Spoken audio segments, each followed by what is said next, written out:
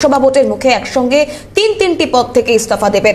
ইস্তফা বীরসিংহ উন্নয়ন পর্ষদের ভাইস চেয়ারম্যান পদ থেকে, ঘাটাল রবীন্দ্র শতবার্ষিকী মহাবিদ্যালয়ের সভাপতি পদ থেকে এবং তার পাশাপাশি ঘাটাল হাসপাতালের রোগী কল্যাণ সমিতির চেয়ারম্যান পদ থেকে। একই সঙ্গে এই তিনটি সরকারি পদ থেকে ইস্তফা দেবেন। পশ্চিম মেদিনীপুরের জেলাশাসককে পাঠান তিনটি চিঠি।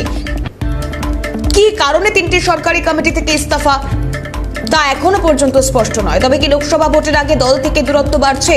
তৃণমূল সাংসদের সিদ্ধান্তে তুঙ্গে জল্পনা।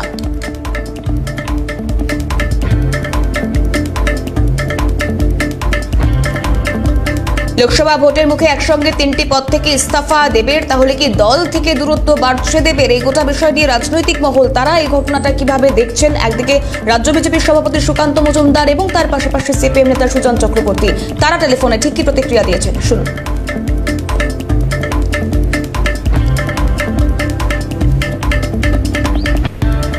দেখুন, বেশ কিছু মাস আগে দীপক অধিকারী তথা দেব, যিনি বাংলার অন্যতম শ্রেষ্ঠ বা জনপ্রিয় অভিনেতাদের মধ্যে একজন, তার বিরুদ্ধে ওই সিবিআই তদন্ত থেকে শুরু করে এইসব বিভিন্ন অভিযোগ উঠেছিল। তখন আমি বলেছিলাম যে অসৎসঙ্গে সৎসঙ্গে স্বর্গবাস, অসৎসঙ্গে নরকবাস। তো অসৎসঙ্গ ছেড়ে দেওয়াটাই মনে হয় বুদ্ধিমানের কাজ। যতদূর আমার কাছে খবর আছে, বিভিন্ন সূত্র মারফত জানতে পেরেছি, দেব এবার দাঁড়াতে চায় না ঘাটাল থেকে। মুখ্যমন্ত্রী বা তৃণমূল কংগ্রেস জোর করে তাকে প্রেশার দিচ্ছে, চাপ দিচ্ছে। এর আগেও আমরা দেখেছি ববি হাকিমের ভিডিও লিক হয়ে গেছিল, সেখানে ববিদা বলছিলেন যে দেব তো দাঁড়াতে চায়নি, ওকে জোর করিয়ে দিদি দাঁড় করিয়েছে। তো এবারও সেরকম পরিস্থিতি হয়তো হতে পারে, কিন্তু আমার মনে হয় আমার এই কথাটা দীপক অধিকারী তথা দেবের মনে রাখা উচিত যে সৎসঙ্গে স্বর্গবাস, অসৎ সঙ্গে নরকবাস।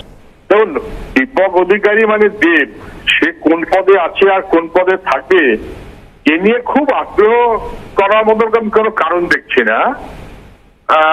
যাই হোক, সাংসদ কিন্তু তিনটে পোস্টে নাকি ইস্তফা দিয়েছে। মানে একটা কলেজে গভর্নিং বডি, একটা হাসপাতাল, আর একটা কি ইত্যাদি।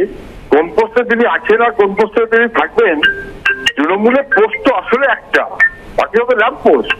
মুখ্যমন্ত্রী বলেছেন তাই উনি ছেড়েছেন, মুখ্যমন্ত্রী বলবেন আবার তাই নিয়ে নেবেন, অথবা মুখ্যমন্ত্রী অভিমান করেছেন। তবে আমি এটুকু বলতে পারি, কোন ভদ্রলোকের পক্ষে তৃণমূল যেভাবে সরকার চালায়, প্রশাসন চালায়, প্রেসিডেন্ট চালিয়ে যাওয়াটা সহজ না।